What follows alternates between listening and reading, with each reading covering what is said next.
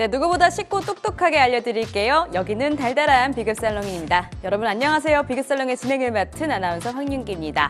자, 오늘 수요일에는요, 이 사업에 대한 이야기로 또 콱 채워볼 텐데요. 사업, 나와 굉장히 또 거리가 먼 이야기다라고 생각하실 수 있겠지만 그렇지가 않다라고 합니다. 오늘 들으신 정보 어디에 또 쓸지 모르다 보니까요. 오늘도 끝까지 집중해 주시고요. 참고로 저희가 방송 통해서 말씀드리는 내용, 투자 판단에 대한 조언이지 모든 상황에 일반화해서 적용할 수는 없다라는 점 알려드립니다. 그럼 오늘도 돈과 인생의 비급에 대해서 전해주실 세 분의 전문가님들 모셔보도록 할게요. 오늘의 비급과 함께 화면 통해서 만나보시죠.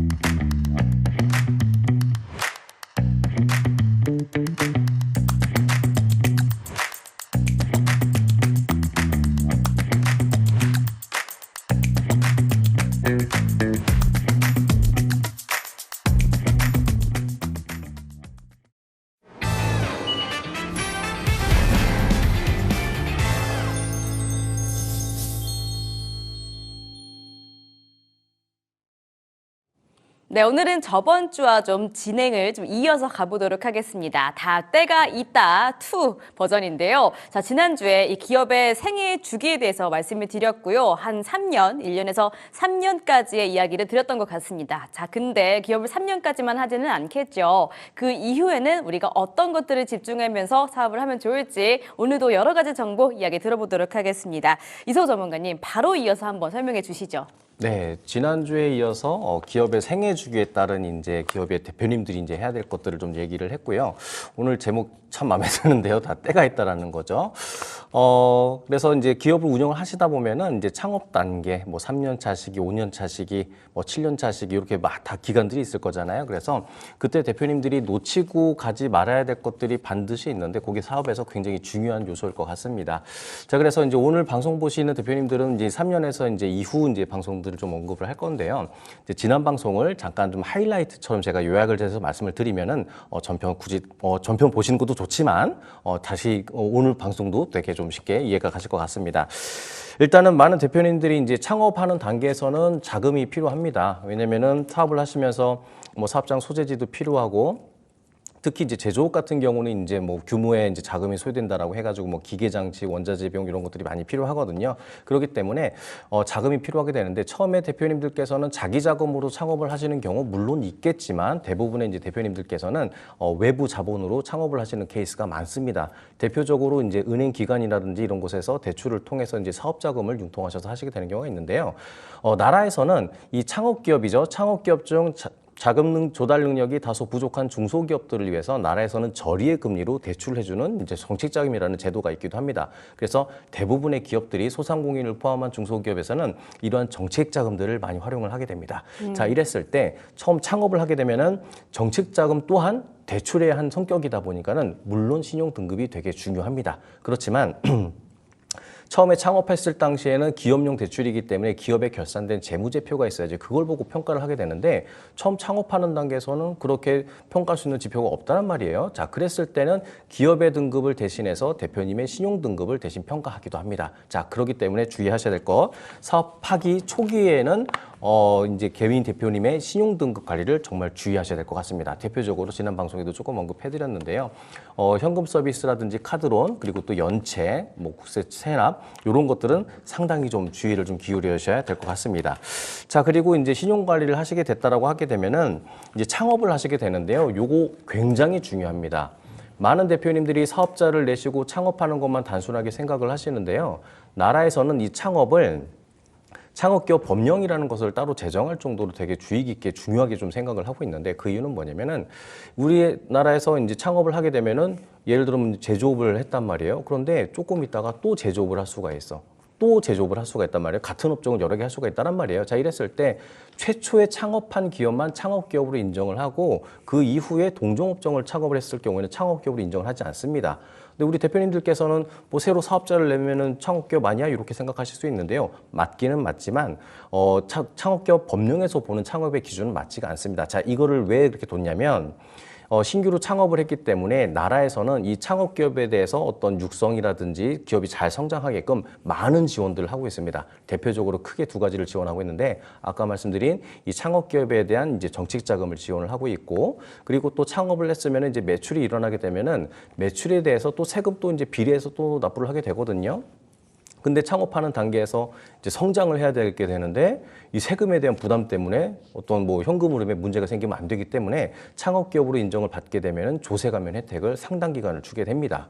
그리고 어떤 기술력을 갖고 있는 기업 같은 경우는 연구 개발 자금도 무상환의 성격이죠. 갚지 않아도 되는 돈이라고 편하게들 좀 말씀을 하시는데 연구 개발 자금입니다. 정확하게 말씀드려서는 그래서 창업하는 단계에서 내가 기술력이 있다 그러면은 이런 연구 개발 자금도 받아서 쓸 수 있기 때문에 창업 기업으로 인정받은 거 굉장히 중요합니다. 그래서 창업하실 때는 항상 처음에 하셔야 되는 게 첫 번째가 뭐다? 창업기업 확인서 발급 받으시는 거 되게 중요하시고 여기서 팁 하나만 조금 더 말씀을 드리면 내가 기존에 사업을 운영을 하고 있다가 신규로 어떤 사업을 또 창업을 하고 싶단 말이에요. 예를 들어 제조업을 하고 있는데 도소매를 하고 싶어 또는 서비스업을 하고 싶어. 자, 이럴 경우에는 산업분류 코드라고 있는데 이런 걸 달리해서 다른 소재지에다가 창업을 하게 되면은 이런 경우에도 창업기업으로 인정받을 수 있기 때문에 이 부분 참 유의해서 창업을 하시는 게 좋겠습니다. 자, 그 다음으로 중요한 거 창업기업으로 인정받고 두 번째는 산업분류 코드인데요.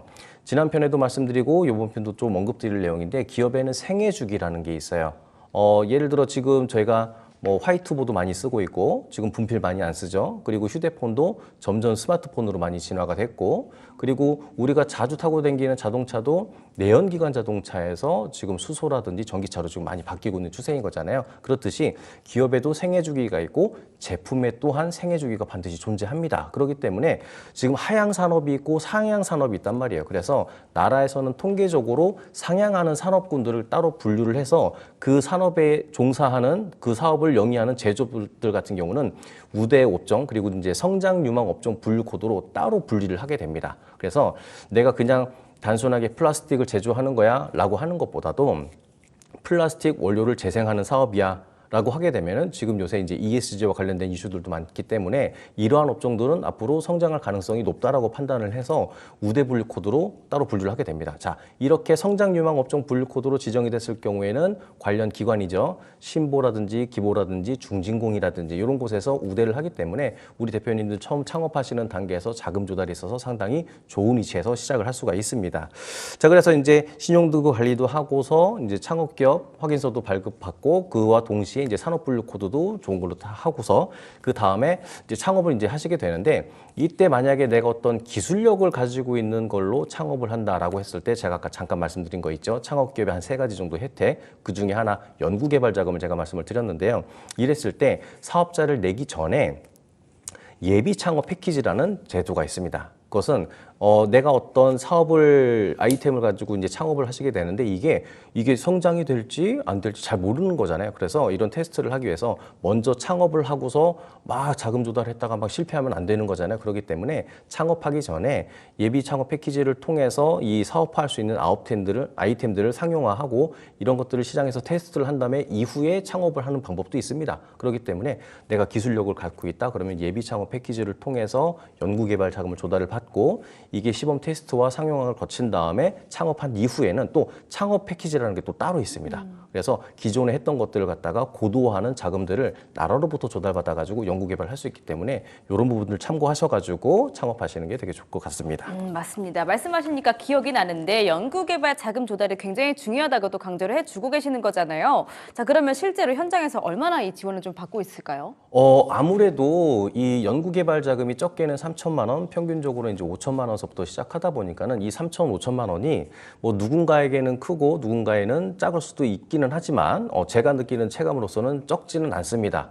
상당히 어느 정도 큰 금액이기 때문에 내가 기술력을 갖고 있고 연구 인력을 채용하고 싶고 테스트를 한번 해보고 싶단 말이에요. 그랬을 때 3천에서 5천만 원은 결코 적은 금액이 아니다 보니까 많은 기업들이 이런 패키지 R&D 자금들을 많이 신청하고 계십니다. 그래서 지금 방송을 보고 계신 대표님들께서도 이런 연구개발 자금을 조달받아가지고 내가 어떤 사업화하고 싶다라고 하시게 되면은 지금부터 좀 준비를 하셔야 돼요. 지금 준비하셔서 내년 상반기에 R&D와 관련된 공고들이 뜨기 때문에 거기에 맞는 과제들을 직접 찾으셔가지고 한번 R&D 자금을 신청해 보셔가지고 하시는 분들이 많기 때문에 경쟁이 매우 치열합니다. 그렇기 때문에 서둘러 준비하시는 게 좋습니다. 네, 말하면 빠를수록 좋다. 자, 알겠습니다. 우리 지난번에 개인 사업자, 법인 사업자 이야기도 나눴는데 임효정 전문가님, 이 두 개 중에서 어떤 게 나한테 유리할까? 이 판단 기준이 또 따로 있었잖아요. 네, 그렇죠.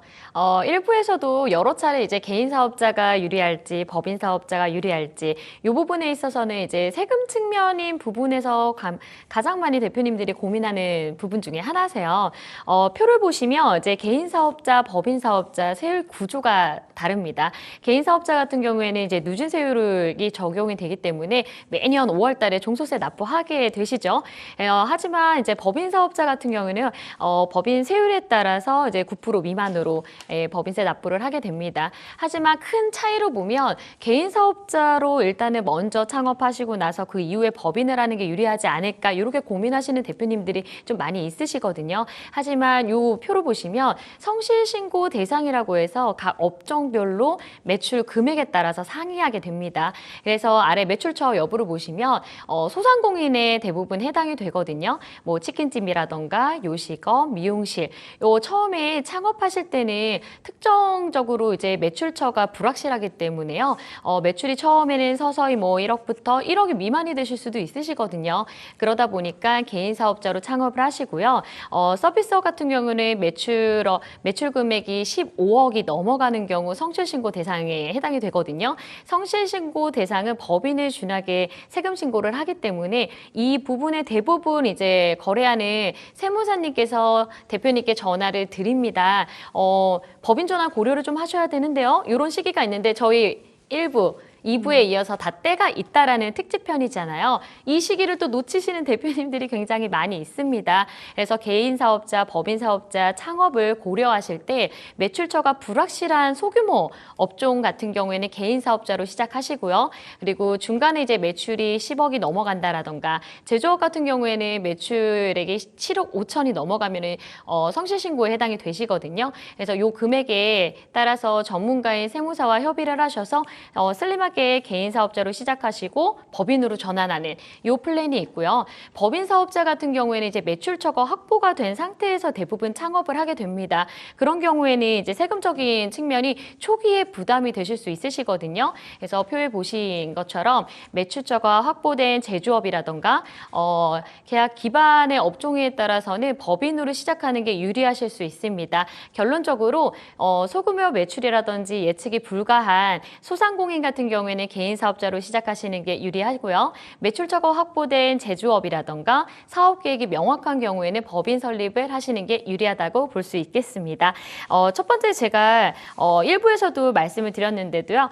제 개인적인 생각으로는 매출처 확보가 된 올해 예상 매출액이 특정적으로 가늠이 된다라고 하는 경우에는 법인으로 하시고요. 그리고 소상공인, 내가 매출처가 확보가 되지 않기 때문에 올해 예상 매출이 얼마일지 모르겠다라고 하는 경우에는 개인 사업자로 시작하시는 게 유리하다고 볼 수 있겠습니다. 알겠습니다. 역시나 깔끔한 설명. 그러니까 세금 구간 그리고 매출처 여부에 따라서 선택지가 있다 이렇게 설명해 주셨고요. 자, 우리 1부 때는 안 계셨던 분인데 2부 때 또 새롭게 오신 분이 계시잖아요. 김태룡 전문가님, 개인과 법인을 선택할 때 또 우리가 좀 고려해 볼 만한 사항들이 어떤 것들이 있을까요? 네, 법인 대표님들 세금 정말 중요합니다. 임효정 전문가님 말에 조금 더 첨언을 드리자면은 자금을 내 맘대로 쓸 수 있으니까 개인 사업자를 한다? 절대 안 되고요. 개인 사업자는 특히 사업용 필요 경비라는 개념이 있습니다. 사업 목적으로 지출된 것만 비용으로 처리를 해준다는 건데 그럼 매출에서 번 돈을 친구한테 5천만 원을 빌려줬어요. 그럼 이건 뭐다? 사업용 목적이 아니기 때문에 5천만 원은 내 소득으로 간주가 됩니다. 여행 가시거나 골프 라운딩 가신 것들도 이제 다 일부 복리후생비로 처리는 할 수 있겠지만은 그것도 한도가 분명히 있고요. 우리 대표님들 개인 사업자라고 돈을 함부로 지출하시면은 그 문제가 좀 생기는데 다음 표를 보시면서 가급적 상황에 따라 법인으로 창업하시는 부분을 좀 설명을 드리도록 하겠습니다. 총 5가지 케이스로 정리를 해볼 건데요. 첫 번째, 공동 투자로 창업을 하시는 경우인데요. 법인을 설립하시면 지분 구조를 명확하게 설정을 하실 수가 있습니다. 그래서 책임이라든지 수익 분배도 법적으로 구조화되기 때문에 분쟁 예방에 효과적이고요. 두 번째는 자녀한테 내가 사업을 물려줄 계획이 있다라고 하셨을 때 개인 사업자는 단순 양도가 어렵지만은 법인은 주식 형태로 상속과 증여 설계가 가능합니다. 그래서 자산이 아닌 지분 형태로 넘기기 때문에 절세 전략으로도 활용을 하실 수가 있고요. 또 세 번째로 보시면은 매출처가 확정된 제조업이나 도소매의 같은 경우는 법인을 설립하셨을 때 계약 기반의 구조, 수익 구조가 돼서 신뢰성과 투명성 확보에 유리합니다. 특히 이제 거래처와 계약에서 신뢰를 얻는 데 큰 도움이 되고요. 네 번째로는 이제 외부 자금 유치나 정책 자금을 활용하시는 경우신데요. 개인 사업자보다 법인이 신용평가, 보증제도, 정책 자금 활용에 유리합니다. 투자자분들도 법인이 더 설득력 있는 구조로 받아들여지기 때문에 이런 부분에서 더 유리하다라고 보시면 되겠고요. 그리고 다섯 번째는 개인 채무와 사업 채무를 분리를 하실 수가 있습니다. 법인은 별도의 인격체를 갖기 때문에 사업 실패 시에 혹시라도 이제 개인 재산까지 침해받지 않아서 리스크 분산 효과에 있습니다. 맞습니다. 세금이 다구나라고 생각했는데 그게 아니죠. 자, 그리고 개인 사업자, 법인 사업자 설립 과정이 좀 달랐는데 저희 벌써 15분이나 지났어요. 우리 설립 절차에 대해서 조금만 짧게 한번 설명해 주시죠. 네, 알겠습니다. 이게 시간이 이렇게 짧을지 몰랐습니다. 네. 개인 사업자 같은 경우는 설립 절차가 굉장히 간소합니다. 홈택스를 통해서 간단하게 설립할 수가 있고요. 기장하고자 하는 세무대리인한테 의뢰를 하시게 되면 아주 간소하게 사업자를 낼 수가 있습니다. 이랬을 때 산업분류 코드 정도만, 창업기업 정도만 한번 체크를 해보시면 될 것 같고요. 다음 장표를 보시게 되면 이제 법인 사업자 설립 부분만 조금 신경 쓰셔야 되는데요. 매출처가 확보가 돼가지고 앞으로 이제 세금에 대한 문제가 예측이 될 것이다. 그러면 이제 법인으로 하시고 뭐 공동 투자자라든지 공동 사업자가 있다. 그럼 법인으로 하시는 게 좋습니다. 자, 이 여러 가지 단계가 있는데 의외로 이 중에서 자, 1번 회사 사업 아이템은 이미 정해져 있고 두 번째는 회사 이름 정하기가 상당히 오랜 기간 걸리는 경우들이 있어요. 근데 대표님 요거 때문에 시간 낭비하지 마시고요. 일단 이름 정하시고 나중에 변경 등기하면 되기 때문에 이름 빨리 정하시는 게 좋습니다. 그 이후에 이제 정관 하시면 되고 정관 같은 경우는 이제 표준정관이라고 원시정관이라고 해서 법무사님을 통해서 법무사를 통해서 제공받을 수가 있으니 요거는 나중에 개정하시면 될 것 같고요. 자본금 요거 굉장히 중요합니다. 창업 당시에 이 자본금 같은 경우는 이제 부채를 담을 수 있는 그릇이라고 좀 표현을 하기도 하는데요. 물론 뭐 100원짜리 법인, 10,000원짜리 법인 요새 막 그렇게 우스갯소리로 뭐 설립할 수 있다라고 얘기를 하는데 적정선의 자본금을 책정하시는 거 굉장히 중요합니다. 팁을 좀 말씀드리자면 자본금을 얼마 해야 될지 모르겠다라고 하시게 되면은 설립할 당시부터 올해 연말까지 내가 지출 계획을 한번 써보시는 거예요. 뭐 임대보증금, 인건비, 원자재 비용들. 그러면 결국에는 그 자금들 결국에 써야 되는 돈들인 거잖아요. 그래서 그 금액만큼 자본금을 하시는 게 굉장히 중요하고요. 대표자 및 임원 구성 같은 경우에는 어쨌든 창업하시게 되면은 많은 자금 조달에 대한 이슈가 있기 때문에 어떤 신용상의 문제가 있거나 어떤 결격 사유가 있는 대표님들 같은 경우는 회피하시는 게 좀 좋을 것 같습니다. 이런 모든 서류가 준비된 날로부터 법인 설립 등기를 신청하시게 되면 보통 3일 이내에 법인 설립 등기가 완료가 되고요. 등기 서류를 가지고서 임대차 계약을 맺고 요걸 가지고 관할 세무서라든지 세무대리인에게 전달을 해주게 되면은 법인 사업자는 완료가 됩니다. 맞습니다. 아무래도 법인 사업자가 조금 더 불편한 그러한 과정들이 추가가 됐었죠. 자, 근데 임효정 전문가님, 실제로 사업자를 낼 때 직접 하는 경우가 많지가 않았어요. 그럼요. 네, 사업자는 대부분 직접 대표님이 하시는 경우는 거의 없고요. 이제 개인 사업자 같은 경우에는 이제 개인 세무사 통해서 설립을 하고요. 법인 같은 경우에는 이제 법무사 통해서 진행을 하게 되는데 아까 이서호 전문가님 말씀해 주셨죠. 자본금이 굉장히 중요하거든요. 사실 사업하시면서 대표님 돈으로 사업을 하시기는 좀 쉽지는 않아요. 그래서 외부 자금 조달도 받으셔야 되는데 이때 중요한 게 자본금이거든요. 그래서 100만 원으로 설립을 최소화로 하는 경우에는 대부분 이제 자금 조달 받으실 부교사후에 해당이 되거든요. 최소 3천만 원 이상까지는 좀 보셔야 되기 때문에 설립을 하셨을 때는 각 전문가와 신중히 검토하셔서 설립하시는데 직접적으로 꼭 대표님께서 참여를 하셔야 됩니다. 맞습니다. 자, 그러면 창업을 했어요. 1년 차가 됐습니다. 이 시기 때 가장 중요한 거 어떤 걸까요, 전문가님? 우리 대표님들 이제 사업 1년 하셨으면은 재무제표에 눈을 뜨셔야 됩니다. 뭐 까만 건 숫자고 하얀 건 종이다 이렇게 하시면 안 되시고요. 재무제표를 이제 좀 신경을 쓰셔야 되는데 우선 재무제표에 대해서 말씀을 드리면은 우리 기업의 성적표입니다. 이 성적표 구성에는 재무상태표, 손익계산서, 제조원가 명세서 등이 있습니다.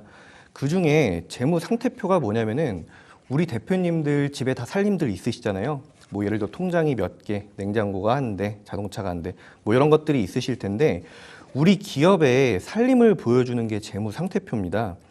여기서 주요 재무 비율, 그러니까 이제 정책 자금을 받으시던가 투자를 받거나 할 때 외부에서 보는 주요 재무 비율이 있는데 중요한 거 몇 가지만 좀 설명드리도록 하겠습니다. 표를 보시면요. 재무 상태표를 볼 때 기관마다 중요하게 보는 것들이 있습니다. 뭐 예를 들어 유동 비율 같은 경우에는 은행에서 좀 중요하게 보는데 유동 비율이 높을수록 단기 부채를 갚을 능력, 즉 유동성이 확인되는데 100% 미만이면은 상환 위험의 우려가 있습니다. 그리고 부채 비율 같은 경우에는 기업이 자본 대비 얼마나 많은 부채를 안고 있는지 나타내는 지표인데요. 채무 상환 능력과 재무 안정성 판단하는 데 핵심입니다. 투자자와 은행 같은 경우는요. 부채 비율이 높을수록 위험 부담이 크다라고 보고 자금 회수 가능성을 우선 고려합니다. 그리고 자기 자본 비율을 보시면은 기업이 부채보다 자기 자본이 얼마나 의존하는지를 보여주는 지표고요. 재무 건전성과 위기 대응 능력에 판단하는 중요한 지표라고 보시면 됩니다. 또 투자자는 이 수치를 통해서 기업의 신뢰도와 장기 생존 가능성을 평가하는데 재무 상태표는 12월 31일, 그러니까 연말이 되면은 조정을 할 수가 없습니다. 대표님들께서 10월 정도 됐었을 때 반기 결산 하시고요. 연말 전까지 재무 구조를 미리 파악하시고 필요하시면은 개선 조치를 통해서 정책 자금 대출이라든지 이런 부분에 이제 유리한 재무제표를 만들 수가 있습니다. 그래서 이런 부분들은 대표님들이 연말 되시기 전에 꼭 미리 점검 받아보시는 게 좋습니다. 네, 다음 손익계산서인데 손익계산서 빠르게 한 두세 문장으로 요약 가능할까요? 알겠습니다. 손익계산서는 우리 대표님들이 이제 잘 보시는 재무제표 중에 하나인데요. 얼마 벌었는지, 그리고 단기순이익을 얼마인지 요것들 많이 보시는데 이 중에서 이제 세 번째인 이자보상 비율을 조금 말씀드리고 싶어요. 자, 이자보상 비율은 뭐냐면 우리 회사에서 전체적으로 번 매출이 있단 말이에요. 여기서 각종 필요 경비를 공제하고 순수하게 남은 돈이거든요. 그럼 이 남은 돈을 가지고 현재 발생한 부채에 대한 이자를 얼마만큼 감당할 수 있는 지표인데 이런 부분들 잘 지키셔야 되는데요. 단기순이익으로 이제 그 법인세 차감 전 당기순이익 영업이익으로 이 부분을 이제 산정을 하다 보니까는 이 영업이익이 법인세 또는 종소세도 많이 영향이 주거든요. 그랬을 때 요거 세금 아끼신다고 조금 이렇게 조정하시는 부분들이 있는데요. 어쨌든 요 부분 이자 보상 배율 요 부분들 유의하셔가지고 재무 관리하셔야 됩니다. 네, 추가로 말씀드리자면 아까 그 이서우 전문가님께서 말씀드렸는데 세금 아끼겠다고 영업이익 조정하시면요, 대표님 아까도 제가 말씀드렸지만 본인 자금으로 회사를 운영하시기는 어려워요, 대표님. 그래서 외부 자금 조달을 받으셔야 되는데 이때 이자 보상 배율은 재무제표와 연관이 있거든요. 개인 사업자 같은 경우에는 이제 종소세 납부 세금 부담이 되는 부분이 있어서 영업이익을 이 시기에 많이 조정을 하시거든요. 그러다 보면 이자 보상 배율이 나오지 않고 외부 자금 조달을 받지 못하는 사례가 종종 현장에 가면 굉장히 많아요. 이런 경우에는 개인 사업자 같은 경우에는 법인 전환 고려를 하셔야 되고요. 법인 사업자 같은 경우에는 세액 공제 항목이 굉장히 많습니다. 이 부분 누락되는 경우가 많기 때문에 세무사와 조정하셔서 법인은 세금 조정을 하시고요. 개인 사업자 같은 경우에는 법인 전환을 이 시기에 꼭 조정하셔야 됩니다. 맞습니다. 지금 창업부터 3년 이내까지의 이야기들 다루고 있는데 자 그래서 마지막으로 우리 대표님들께서 신경 써야 할 것들 어떤 것들이 있을지 짧게 한 개씩 한번 들어보도록 할게요. 먼저 김태로 전문가님. 우선 벤처 인증이 굉장히 중요한데요. 벤처 인증 같은 경우에는 이제 표를 보면서 좀 설명드리겠습니다. 이제 첫 번째 장 보시면은 벤처 기업의 조세 감면 혜택에 대해서 좀 간단하게 말씀드릴 건데 법인세라든지 소득세 혜택부터 좀 간단하게 살펴볼게요. 벤처 기업으로 인증받은 기업은요, 최대 5년간 법인세나 소득세의 50%까지 감면을 받을 수 있습니다. 특히 창업 3년 이내에 인증 받으신 경우에는요, 그 효과가 더욱더 커지는데 청년 창업이라든지 신성장 산업 분야의 경우에는 최대 100%까지도 감면이 가능합니다. 그리고 지방세 감면도 되시는데 우리 대표님들 사업 운영하시다 보면은 목표 중에 사옥을 매입을 하신다거나 공장을 또 매입을 하시는 그런 부분들을 목표로 하시는 분들 많으신데 이 벤처 인증을 받고 사업용 부동산을 취득하실 경우에 취득세가 75% 감면, 그리고 재산세는 3년간 전액 면제, 그리고 이후에 2년간은 절반이나 감면이 됩니다. 건물이나 공장을 사거나 이전할 계획이 있다라고 하시면 이 혜택이 굉장히 큰 도움이 될 수 있는데 중요한 건 우리 대표님들께서 창업을 하시고 3년 이내에 이 벤처 인증을 받으셔야 조세 감면 혜택을 받으실 수 있다는 거고요. 3년이 초과돼서 인증을 받게 되시면은 조세 감면 혜택은 못 받으세요. 네, 꼭 기억해서 신청을 하시는 게 좋고요. 두 번째 페이지를 보시면은 벤처기업 인증 같은 경우에는 단순히 정부가 인정한 기업이다라는 의미를 넘어서 민간 투자자들에 대한 신뢰 증표로 작용을 합니다. 그래서 벤처 캐피탈이나 개인 투자자들이 투자 결정을 하실 때 인증 여부를 주요 기준 중 하나로 삼는 경우들이 많습니다. 그래서 네. 그래서 엔젤 투자자나 초기 투자자들 입장에서 벤처 인증이 있다는 것만으로도 굉장히 혜택이 된다는 거기 때문에 이런 인증은 미리미리 좀 준비를 해두시는 게 좋다라고 좀 말씀을 드릴게요. 여기서 좀 추가적으로 말씀드리고 싶은 그 부분은요. 벤처 말씀드렸지만 다음 표를 보시게 되면 이제 정책자금 가점 사항이라는 게 있습니다. 이 가점 사항은 뭐냐면 그 기업에 대해서 여러 가지 지표들을 이제 점수를 매기는 거거든요. 근데 이 점수들이 누적이 돼서 예를 들어 55점이 초과를 하게 되면은 정책자금 승인 대상 기업으로 이제 선정이 되는 거거든요. 그랬을 때 첫 번째 페이지 보시게 되면은 연간 매출액이 40억 원 이상이 돼야지만 배점이 10점 정도가 되고요. 그 다음 페이지 보시게 되면은 자기 자본 비율, 연간 매출액 뭐 5억 원 이상 자가 공장 이랬을 때 최대 해봤자 10점 정도밖에 가점상이 되지가 않습니다. 자, 그런데 마지막 페이지를 보시게 되면은 기술 개발 실적, 특허권, 신기술, 신제품, 실용 신안, 연구 개발 이런 사항들은 점수가 10점을 넘은 15점, 12점 정도가 됩니다. 이것은 무슨 의미냐? 앞서 말씀드린 매출액 40억 원 이상의 가치를 한다는 거거든요. 그렇기 때문에 아까 벤처도 굉장히 중요하지만은 이런 인증 사항들 같이 준비해 주시면 너무 좋을 것 같습니다. 아, 맞습니다. 저희 3년부터 5년 차까지 빠르게 넘어가 보고 싶은데 벤처 모든 기업이 받을 수 있지는 않다라는 것도 짧게 한번 말씀해 주시죠. 네, 슬라이드 보시면 누구나 벤처기업이 될 수 있다라는 이제 표를 보시는데요. 벤처기업 등록은 누구나 가능합니다. 하지만 사행성, 유흥업소, 그리고 비트코인 등 일부 업종은 제외가 되고요. 이 외에는 모든 업종이 벤처기업으로 등록이 가능합니다. 두 번째 슬라이드 보시면 벤처기업 어떻게 인정받을 수 있을까라는 내용인데요. 벤처기업 인정은 세 가지 대표적으로 유형이 있습니다. 첫 번째 연구개발 유형이고요. 기술력을 평가받아 인증 연구개발비의 비중이 있으시거든요. 그래서 이 기준이 충족하면 연구개발 유형으로 받으실 수 있고요. 두 번째 혁신성장 유형입니다. 신사업 디지털 전환 등 혁신 모델로 빠르게 성장하는 기업에 해당이 되고요. 세 번째 투자 유형입니다. 5천만 원 이상을 투자기관에서 유치한 경우에 해당이 되는데요. 민간 투자라고 해서 5천만 원 이상이면 전부 다 해당이 되는 건 아니고요. 적격 투자로부터 기관을 받으셔야 투자 유형에 해당이 되기 때문에 이 부분 꼭 확인하셔야 됩니다. 세 번째 벤처 받으실 때 가점 요소가 있습니다. 이런 것들이 있으시면 가점 받으실 수가 있는데요. 첫 번째 연구전담 부서를 보유하고 있거나 기업 연구소가 해당이 되는데요. 이 부분을 가점도 받을 수 있지만 아까 대표님들께서 가장 목매어 있는 세금이죠. 세금에 대한 실질적인 세 공제도 받으실 수 있기 때문에 해당이 되는 기업들 같은 경우에는 꼭 기업부설, 연구소, 연구전담부서 꼭 보유를 하셔야 됩니다. 그 외 특허 실용신안이라던가 뿌리기업, 소재부품 장비기업이라던가 기술 인증 보유한 기업의 경우에는 가점 요소를 받으실 수 있고요. 특정 소재부품 같은 경우에는 특허까지 간평받아 정부 자금도 요용할 수 있으시거든요. 그래서 이 부분을 꼭 확인하셔서 벤처 인증 받으시면 좋겠습니다. 맞습니다. 벤처 해당하시는 분들 꼭 받으시면 좋을 것 같고요. 자, 3년에서 5년으로 넘어가 보자면 이때 또 받을 수가 있는 인증이 있죠. 바로 메인비즈 그리고 이노비즈겠습니다. 자, 이노비즈에 대해서 김태룡 전문가님께서 설명해 주실 텐데 우리 자료에서 가장 중요한 부분 위주로 한번 설명해 주시죠. 네. 이노비즈는 기술 혁신 기업이 받을 수 있는 인증이기 때문에 벤처 인증과 마찬가지로 기업이 이제 기술 우위를 기반으로 지속적인 성장 가능성을 있는 기업을 대상으로 인증을 부여하는 제도입니다. 중소벤처 기업의 산하 인증인데 벤처와 동일하게 혁신 인증이고요. 지원 내용을 보시면 자금적인 측면에서 기술 보증 한도가 확대가 되고 금리 우대도 받으실 수 있습니다. 그리고 세제 관련해서는 연구개발 사업 선정 시에 가점을 또 받으시고요. 판로 부분에 있어서는 해외 판로 개척 지원 사업을 가점을 받을 수가 있습니다. 그래서 해외 수출 계획이 있으시다라고 하면은 이노비즈를 받으시는 게 좋으실 것 같고요.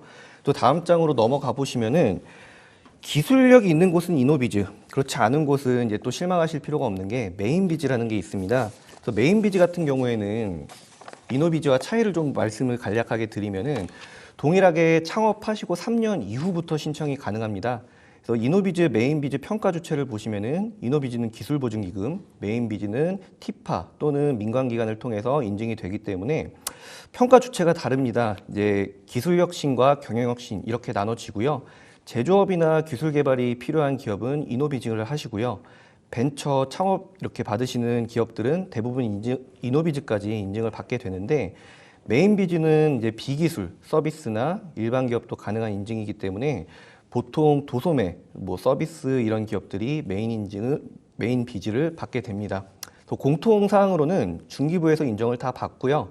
정책 자금 우대 그리고 3년 동안 유효가 이 인증이 3년간 유효하다라는 부분이 있습니다. 맞습니다. 자, 그리고 인증 굉장히 중요하고요. 3년에서 5년 기업에 이소 전문가님 법인 전환을 검토한다라고 저번에 설명해 주셨잖아요. 맞습니다. 네. 이 법인 전환의 장점 그리고 전환 방식이 상당히 많을 텐데 자료에서 한 두 가지씩만 한번 짚어보시죠. 예, 알겠습니다. 네. 일단은 그 창업 단계에서 이제 매출처를 확보한 경우에는 뭐 법인으로 이제 시작하는 경우가 있지만은 이제 매출처가 이제 불분명하고 어떻게 될지 모르겠다 하는 경우에는 보통 이제 개인 사업자로 창업하시거든요. 이랬을 때 보통 이제 3년에서 이제 5년 차가 되면은 기업이 이제 성장 시기를 맞게 되는데 이때 세금에 대한 문제를 많이 스트레스를 많이 받아 하십니다. 자, 이랬을 때 법인 전환을 많이 좀 검토를 하시게 되거든요. 그랬을 때 이제 법인을 전환하게 되면은 이제 오게 되는 혜택들이라든지 장점에 대해서 간략하게만 좀 말씀을 드리면요. 아무래도 이 부분이 가장 큰 게 아닐까 싶습니다. 절세 부분입니다. 종소세 같은 경우는 이제 전체 매출에서 영업이익, 이제 법인세 차감 전 영업이익에 최대 거의 한 50% 가까이 세금을 낼 수가 있기 때문에 속된 말로 나랑 뭐 공동사업자 하는 거 아니야? 이런 우스갯소리가 나올 정도로 개인 사업자 같은 경우는 세금이 굉장히 높은 반면에 법인 같은 경우에는 모든 매출에서 모든 비용들을 공제한 그 금액이 단기 순이익이 2억 원 이하일 경우에는 9% 세율이기 때문에 상당히 법인세에서는 부담이 덜 하고요. 여기에 추가적으로 창업기업에 대한 조세감의 혜택을 받을 경우에는 실질적으로 4%대 세율이기 때문에 상당히 좀 좋은 점이 있습니다. 그리고 아무래도 이 개인 사업자보다는 법인 사업자가 대외 신용도 부분에서도 용이하고요. 그리고 사업 승계 같은 경우도 지분만 양도를 하면 되기 때문에 사전 승계가 많이 용이합니다. 그리고 또 이제 투자 같은 경우도 할 때 손쉽게 주식을 발행을 해서 투자도 받을 수 있기 때문에 좋고요. 그리고 또 무엇보다도 내가 개인 사업자 같은 경우는 이제 무한 책임 사원으로서 모든 책임이 부채된 책임이 나한테 있지만은 법인으로 분리함과 동시에 이제 기업의 채무는 법인으로 넘어가게 되고 개인 채무는 나한테 남다 보니까는 어떤 채무 리스크와 관련된 부분도 좋다고 볼 수가 있습니다. 법인 전환 방식이 이제 세 가지로 뭐 좀 말씀을 드리면은요. 일반적으로는 이제 양도하는 방식이 있을 거고요. 현물 출자하는 방식이 있을 것이고 포괄 양수도 하는 방식이 있는데 이 중에서 거의 한 90% 정도가 현장에서는 포괄 양수도 방식을 채택을 하고 있습니다. 두 번째 이 현물 출자 방식 같은 경우는 부동산을 보유하고 있는 개인 사업자 같은 경우는 현물 출자를 많이 하는 방식이고 일반 양수도 하는 방식은 내가 토지 건물을 보유를 하고 있지만은 토지 건물은 냅둔 채 나머지만 다 양수도 하겠다 그랬을 때 일반 양도하는 방식이 있습니다. 자, 이 세 가지 방식은 전문 세무사라든지 법무사랑 충분한 상담을 통해서 어떤 방식으로 전환할지를 고민을 하시고 선택하시는 게 좋을 것 같습니다. 네, 알겠습니다. 이노비즈, 메인비즈 그리고 법인 전환까지 이야기 나눠봤고요. 자, 그리고 임효정 전문가님 추가로 또 할 게 있다고요. 네, 법인 전환 방금 이소 전문가님께서 말씀하셨잖아요. 이때 이제 3년에서 5년 차가 되면 기업 성장기에 해당하는 시기이기 때문에 매출이 늘어나면 생산 부지 그리고 시설, 인력들이 늘어나겠죠. 그래서 대표님들이 가장 고민하시는 부분이 매출이 늘어나면서 이제 공장이 굉장히 작게 느껴지는 시기이거든요. 그래서 대표님들께서 지금 있는 데서 계속 임차를 할까 아니면 공장 매입을 할까 이 고민을 굉장히 많이 하는 시점이기도 합니다. 우리 황윤기 아나운서님 네. 혹시 예를 들어서 가정이 있으신데 이사를 가야 하는 상황이에요. 그런데 매달 임대료로 월 100만 원을 주시겠어요? 아니면 이자로 100만 원?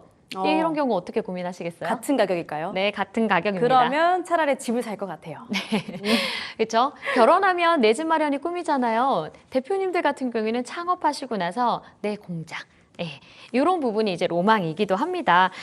그래서 이제 대표님들께서 부동산 같은 경우 투자 가치도 생각해서 토지 건물을 매입하는 부분이 좀 있으시기 때문에 이때 개인 사업자와 법인 사업자가 두드러지게 비교가 됩니다. 개인에서 공장을 사는 것보다 법인으로 전환해서 법인에서 구매하도록 저는 현장에서 컨설팅을 좀 많이 하고 있는데요. 이유는 개인에서 토지 건물을 살 경우 취등록세, 재산세, 세금이 발생하게 됩니다. 그런데 개인 사업자 운영을 하다가 세금 문제 때문에 가장 고민을 많이 하는 부분이 법인 전환이 되거든요.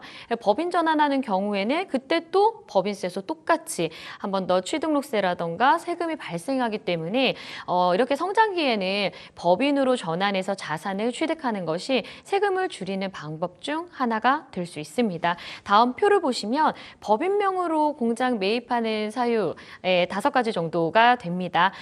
첫 번째는 절세 효과가 있으시고요. 두 번째 부동산 취득 후 자산 관리도 용이하죠. 세 번째 정책자금 활용 및 실용 등급 향상에도 공장 매입 시 정책자금 활용 면에 있어서도 굉장히 유리합니다. 공장 부지에 대한 세제 혜택 및 보조금도 다르고요. 향후 사업 확장 또는 승계에도 매우 유리하죠. 개인 사업자 같은 경우에는 상속이나 증여일 수가 있지만 법인으로 공장을 매입하는 경우에는 주식으로 지분 승계가 가능하기 때문에 최대한 부동산 취득할 계획이 있다. 향후 매출이 계속 늘어남에 따라 법인 전환을 할 계획이 있으시다 하는 대표님 같은 경우에는 법인으로 전환하시거나 신규 법인으로 설립하셔서 공장 매입하시는 것을 추천드립니다. 공장 매입이 법인 전환하고도 또 연관이 있는지는 처음 알았네요. 자, 근데 우리 대표님들께서 챙겨야 할 게 좀 더 있다라고 합니다. 김태료 전문가님, 어떤 걸까요? 네, 이에 앞서서 이제 전문가님들께서 말씀하셨듯이 이제는 성장기입니다. 매출이 늘어난다는 건 생산량이 늘어난다는 거고 인력도 같이 늘어나게 됩니다. 이때 창업했을 때는 몇 명 아니던 직원이 이제는 5명, 10명 이렇게 늘어날 수가 있는데 상시 근로자가 5명이 넘었었을 때 주의하셔야 될 부분 몇 가지만 좀 짚어드리도록 하겠습니다. 표를 보시면요. 5인 이상 사업장에서는 5인 이상 사업장과 5인 미만 사업장의 차이를 좀 보실 수가 있는데 적용 법령 범위를 보면은 5인 이상 사업장은 근로기준법에 적용이 되고요. 5인 미만은 일부 조항만 적용이 됩니다. 그리고 해고 예고 제도에 있어서도 5인 이상 사업장은 의무하고 5인 미만은 의무가 아닙니다. 단 이제 3개월 이상 근무자는 예외로 일부가 이제 존재할 수가 있고요. 연차 그리고 유급 휴가 같은 경우에도 5인 이상 사업장에서는 15일 이상의 유급 휴가가 부여되는 게 의무고요. 5인 미만 사업장에서는 유급이 이제 의무가 아닙니다. 그리고 대신에 1년 이상 근속한 직원이 있으면은 주휴일은 또 가능하고요. 그리고 연장 야간 휴일 근로 가산 수당을 보시면은 5인 이상 사업장은 1.5배 이상 지급하시는 게 의무고요. 5인 미만 사업장은 의무가 없습니다. 맞습니다. 이거 인사노무 특집에서 말씀 주셨던 내용들이라 기억이 납니다. 5인의 이상일까 이하일까에 따라서 좀 많이 달라지는 부분들이 있었죠. 자, 그러면 드디어 넘어가 봅시다. 5년차 이상 어떤 것들이 중요할까요? 이제 5년 차가 넘어갔습니다. 죄송합니다. 5년 차 이상이 넘어갔으면 이제 기업의 이제 생애 주기상 이제 안정기에 접어드는 시기라고 합니다. 그래서 5년 차가 되게 되면은 이제 제가 이제 대부분 이제 많은 대표님들께서 이제 그동안에 이제 하지 않으셨던 경정 청구라는 제도가 있습니다. 창업 기업이 이제 조세 감면을 받잖아요. 그러면은 납부해야 될 세금을 감면해 주는 제도거든요. 그런데 이 세무사 분들도 다 일일이 챙기지 못하고 누락된 부분이 요만큼 발생할 수가 있습니다. 그렇기 때문에 5년 차가 지나게 되면은 경정 청구라는 것을 통해서 이 환급 그거죠. 납부하지 말아야 될 세금을 과원합해서 더 납부를 하게 된 거예요. 이 제척 기간이 보통 5년이거든요. 그래서 5년 동안의 세금을 과원합한 부분이 있다라고 하면은 그 동안에 내가 더 낸 세금이 있으면 돌려받을 수 있는 제도가 경정 청구거든요. 그렇기 때문에 5년 차 됐을 때는 경정 청구를 하라고 저는 반드시 좀 말씀드리고 싶고요. 그리고 또 5년 차 이상이 되면은 이제는 사업을 하면서 안정기에 들었기 때문에 이제 대표님들 이익 실현하셔야 됩니다. 자, 이익 실현은 뭐냐면은 내가 그동안에 이제 개인 사업자로 운영을 하다가 세금의 문제 때문에 법인으로도 전환을 하고 그리고 또 법인 같은 경우는 처분 안 된 이익금도 많이 쌓였을 수가 있다란 말이에요. 자, 그랬을 때 이제 5년 차 정도 안정기에 접어들었으면 이제 투자 활동도 많이 하셨고 기업도 어느 정도 성장됐기 때문에 회사에 있는 현금 유동성 자금을 개인화하는데 급여 상여 배당이라든지 이런 것들을 소득을 높이시는데 이익 실현하는데 이제 포커싱을 좀 가져가셔야 될 것 같습니다. 그리고 또 이제 5년에서 이제 7년 차 사이 이제 고민하는 게 뭐냐면 기업의 생애 주기에 따른 경영 관리 그리고 또 때가 있다라는 이제 주제로 제가 좀 방송을 드리는 거잖아요. 그런데 이 5년에서 이제 7년 차 정도가 되면 이제 대표님들이 아십니다. 이제 우리 기업이 계속 성장을 할지 쇠퇴를 할지 이런 것들 다 아시거든요. 그랬을 때 우리 기업이 이 M&A 청산 목적으로 갈 그 주식 관리를 할 건지 아니면은 승계를 받을 자녀가 있으면은 가업 상속으로 갈 건지 아니면은 청산으로 갈 건지 이렇게 이제 기업 관리를 하게 되는 시기가 5년에서 7년 차 정도 되는 시기입니다. 네, 임효정 전문가님, 우리 전문가님께서 정말 많이 말씀해 주셨는데 좀 몇 가지만 다시 한번 PPT 보면서 설명해 주실까요? 네, 이서호 전문가님께서 말씀하신 내용 중에 몇 가지만 좀 정리해서 알려드릴게요. 5년 경과된 기업 주요 안내표인데요. 첫 번째, 정책자금 전략 재정비 하셔야 되는 시기입니다. 창업하시고 나서 1년 차부터 3년 차까지는 대부분 창업 그 자금을 받으시게 되거든요. 보통 이제 금리 관련된 부분도 저금리로 받으실 수 있고요. 그리고 한도 면에서도 이자만 납부를 하시다가 보통은 이제 3년 차, 5년 차가 넘어가는 시점에 원금이랑 이자랑 같이 상환하는 시기가 도래가 되기도 합니다. 그렇기 때문에 창업 7년 이내 기업만 가능했던 자금은 곧 종료가 되는 시점이기도 하기 때문에 세무사와 꼭 이 시기에는 자금 관련된 이후에 이제 대표님께서 어떻게 자금 흐름을 하셔야 되는 원금이랑 이자랑 같이 상환을 해야 되는 시기가 이 시기이기 때문에 이 부분은 꼭 전문가와 상의를 하셔야 되는 시기이기도 합니다. 그래서 아래 보시면 이노비즈나 메인비즈, 글로벌 강소기업 등 기술 경영혁신 인증 기반 자금으로 전환을 하는 시기이기도 하거든요. 아까 그 전문가님들께서 계속 지속적으로 말씀드렸던 게 벤처기업 같은 경우에는 보통 3년 이내 받으시고요. 이노비즈나 메인비즈 같은 경우에는 3년 이내 신청이 안 되세요. 그래서 3년이 넘어가는 5년 경과되는 시점에도 재연장 시기이기 때문에 이 시기를 놓치시게 되면 벤처 같은 경우에는 5년 동안 창업 감면을 받으시는 부분이 있으시잖아요. 조세 감면 연장 시기 놓치시면 이 부분 2년 동안 또 받지 못하는 부분이 있기 때문에 그런 전략 재정비를 꼭 하셔야 되고요. 두 번째, 세무정비나 경정청구 있습니다. 아까 이서호 전문가님께서 경정청구에 대해서 말씀 잘 해주셨는데 세무정비의 2월 결손금 정산이라던가 대표자의 가지급이 굉장히 많이 쌓이는 시기이기도 합니다. 그래서 그런 부분도 꼭 정리하는 시점 하셔야 되고요. 법인세, 부가세, 4대 보험 등 누적 리스크도 점검을 하셔야 돼요. 대표님들께서 4대 보험 관련된 부분은 계속 지속적으로 연체를 하는 경우도 좀 있으시거든요. 모르고 넘어가는 누적 횟수에 따라서 또 자금 조달 관련해서 이제 연장이 안 되는 부분도 있기 때문에 이 부분 꼭 확인하셔야 되고요. 세 번째, 지분 적립인 절세 설계를 이 시기에 하셔야 됩니다. 창업 당시에는 계속 시설 투자라던가 인건비가 있기 때문에 영업이익이 많이 쌓이지는 않지만 법인인 경우에 이 시기 5년 정도 되면 미처분 이익 잉여금이라던가 가지급이라던가 이런 세무 이슈가 있기 때문에 5년 경과된 기업은 이 시기에 꼭 전문가와 상의하셔서 마침표를 끊고 다시 시작하는 이런 부분이 꼭 필요하겠습니다. 맞습니다. 김태로 전문가님, 이번에는 한번 분야별로 설명해 주시죠. 네, 우선 5년 이상 기업 같은 경우는요, 이제 필수적으로 점검하셔야 되시는 것들이 창업 초기의 열정만으로는 부족합니다. 성숙기에 접어든 기업일수록 체계적인 관리가 이제 생존의 열쇠가 되는데, 첫 번째 보시면은 이제 앞서서 5년 이상 운영된 기업이 점검하셔야 될 게 이제 세무와 재무 정비입니다. 5년 이상 된 기업은 앞에서 임효정 전문가님이 말씀하셨던 것처럼 경정청구라든지 가지급금 정리, 이익잉여금 분산, 그리고 대표님의 급여 정비가 필수고요. 그리고 두 번째 같은 경우에는 지분과 상속 관련 절세 구조 설계입니다. 명의신탁 회수와 특수관계인 지분 개편, 그리고 증여세 사전 시뮬레이션이 핵심이고요. 5년 이제 지나시면 기업 가치가 상당히 올라갔을 가능성이 높습니다. 이때가 바로 이제 다음 세대의 승계를 위한 절세 구조를 만드셔야 될 적기라고 보시면 되는데, 명의신탁으로 분산되어 있던 지분을 좀 정리하시고 가족 간 지분 이전을 통해서 미래 상속세 부담을 좀 줄이실 수가 있고요. 그 세 번째 같은 경우에는 각종 인증의 재정비입니다. 벤처기업, 이노비즈, 메인비즈 앞서서 여러 가지 말씀을 드렸는데, 이런 부분들은 이제 인증이 유효기간이 있습니다. 3년의 유효기간을 갖고 있는데 주의하셔야 될 부분이 유효기간이 지나시면은 모든 혜택이 종료가 된다는 겁니다. 그 정부 사업이라든지 이런 부분에 참여하시거나 공공조달, 그리고 공공조달 가점, 금융지원 혜택 등 모두 사라지게 되기 때문에 인증 만료일을 미리 체크하셔서 연장 준비를 철저하게 하셔야 되시고요. 그리고 마지막으로 법인 다각화 구조 설계입니다. 사업부 분리, 자회사 설립, 지주회사 전환 등을 통해서 이제 가능성 검토가 좀 필요하신데요.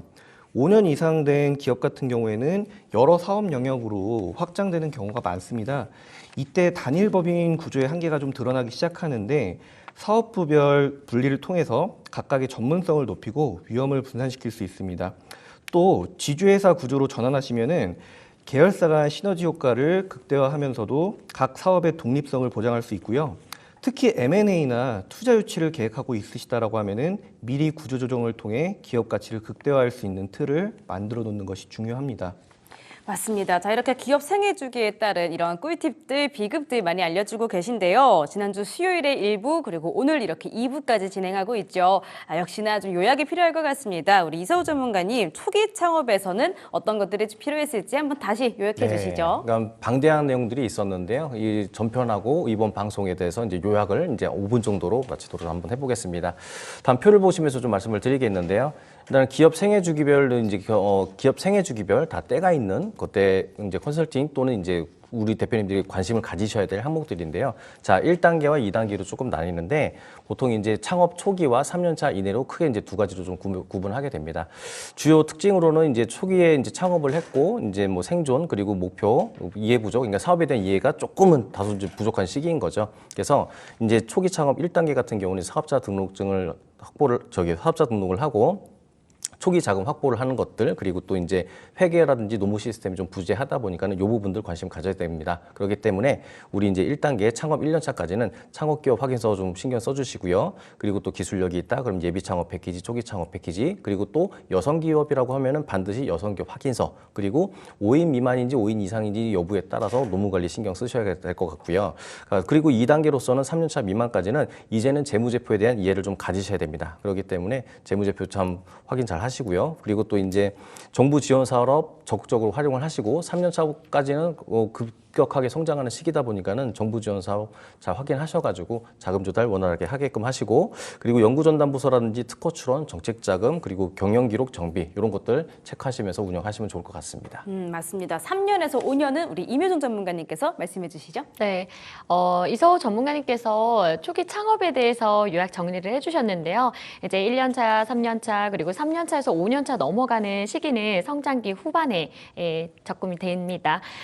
주요 특징으로는 외형 성장기에 해당이 되기 때문에 경영자 부담이 가중이 되는 시기이기도 하거든요. 핵심 과제로는 조직 안정화가 필수입니다. 자금관리 법정 리스크도 증가하기 때문에 이 부분 꼭 대표님께서 신중하게 결정하셔야 되고요. 필수 관리 항목이 있습니다. 이노비즈와 메인비즈 인증은 3년 차가 넘어가는 시점에 신청이 가능하기 때문에 이 시기에 꼭 신청을 하시면 되고요. 벤처기업 확인이 꼭 필수인데요. 아까 저희 1시간 내내 계속 말씀을 드렸는데 창업하고 나서 3년이 넘어가는 시점에 벤처 인증을 받게 되면 조세 감면 혜택은 받을 수가 없습니다. 그렇기 때문에 3년 이전에 벤처 인증 꼭 받아야 하는 시기 꼭 확인하시고요. 법인 전환 전략 수립이 이 시기에도 가장 필수로 확인하셔야 되는 부분입니다. 인사 규정이라던가 복무 규정 정비와 같이 하시면 좋을 것 같고요. 세무 점검은 경정 청구가 포함이 되는데요. 창업하고 나서 5년이 되는 이 시점에 경정 청구하시면 많은 도움이 될 수 있을 것 같습니다. 좋습니다. 자, 그럼 마무리는 우리 김태일 전문가님께서 5년차 이상의 꿀팁들 한번 정리해 주시죠. 네, 5년차 이상 기업은 혜택 종료가 되는 시점이 도래하고 구조적인 한계에 직면의 가능성이 좀 있습니다. 그래서 정책자금 전환, 그리고 지분, 세부구조 설계가 이 시기에 가장 필요하고요. 그래서 필수 관리 항목으로 보시면 벤처, 이노비즈, 앞에 1단계 창업부터 계속 똑같이 말씀을 좀 드렸는데 인증에 대한 연장을 놓쳐서 혜택을 못 받으시는 대표님들 꼭 신경 써서 체크하셔서 연장하셔서 혜택을 좀 받으시면 좋으실 것 같고요. 그리고 명의 신탁이라든지 주식 회수, 이런 증여 설계 이런 부분들도 좀 신경을 쓰시면 좋을 것 같고요.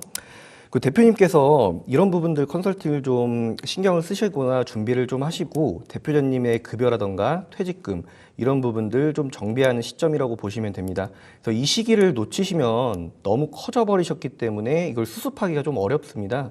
그래서 대표님 그래도 이제 5년차 때는 이런 부분들 신경 쓰셔서 정비를 해야 된다라고 좀 말씀드리겠습니다. 네, 좋습니다. 이렇게 5년차 이상까지 말씀을 들어봤는데, 자, 근데 기업의 흥망성쇠라고 마지막 마무리도 좀 중요할 것 같아요. 언젠간 기업이 뭔가 끝날 단계가 있을 때 이 부분에도 뭔가 말씀드리고 싶은 부분이 있다고요, 전문가님. 예, 지금 이제 창업을 하시고 이제 많은 대표님들이 이제 사업을 운영을 하시는데 저희가 오늘 방송 통해서 드린 말씀들이 기업의 생애 주기에 따른 뭐 다 해야 될 것들을 갖다가 총망라해서 좀 해드렸잖아요. 근데 요새 조금 이제 그 1세대 창업자분들이 이제 은퇴하는 시점이 이제 도래된 것 같습니다. 사이클이 왔군요. 예, 사이클이 왔습니다. 우리 이제 가까운 나라 이제 가까운 나라죠. 가까운 나라인 일본 같은 경우도 1세대 창업자들이 이제 많이 은퇴를 하면서 그 이제 2세대 승계를 받아가지고 가업 승계를 해서 운영을 하는 기업들이 상당히 많습니다. 자, 그런데 일본 같은 경우는 어떤 가업 승계를 하는 이런 분위기라든지 문화가 국가적으로 약간 어느 정도는 형성이 되어 있는 것 같아요. 자, 그런데 우리나라 같은 경우는 저도 한 현장에서 한 10년 정도 이렇게 컨설팅을 하다 보니까는 아버지 세대들은 내 사업을 갖다가 물려주고 싶은데 자녀 세대에서 물려받기 싫어하는 그 2세대들이 상당히 많은 것들을 확인할 수가 있습니다. 자, 이랬을 때 많은 대표님들이 이제 망연자실하시고 이걸 폐업을 해야 되나 어떻게 되나 많은 고민들을 하시는데요. 최근에는 대형 어떤 세무법인을 통해서 M&A라는 것도 최근에 활발하게 많이 운영이 되고 있거든요. 그렇기 때문에 내가 만약에 물려줄 자녀가 없다 또는 상속을 안 받는다 하더라도 기업을 잘 운영을 하셨다가 끝까지 잘 관리하시고 기업 가치를 잘 만드셨다가 어떤 M&A를 통해서 좋은 가격에 기업을 매각을 하고 그 자금으로 노후 생활을 하시는 것도 방법일 것 같습니다. 맞습니다. 사실 M&A를 목적으로 두고 이렇게 사업을 하시는 분들도 계시더라고요. 자, 이렇게 기업의 흥망성쇠 다 때가 있다. 때마다 좋은 비급들이 있다라는 말씀 잘 드려봤습니다. 자, 참고로 저희가 방송 통해서 말씀드리는 내용 투자 판단에 대한 조언이지 모든 상황에 일반화해서 적용할 수 없다라는 점 다시 한번 말씀드리고요. 그럼 지금까지 배웠던 내용 화면 통해서 정리해 보시죠.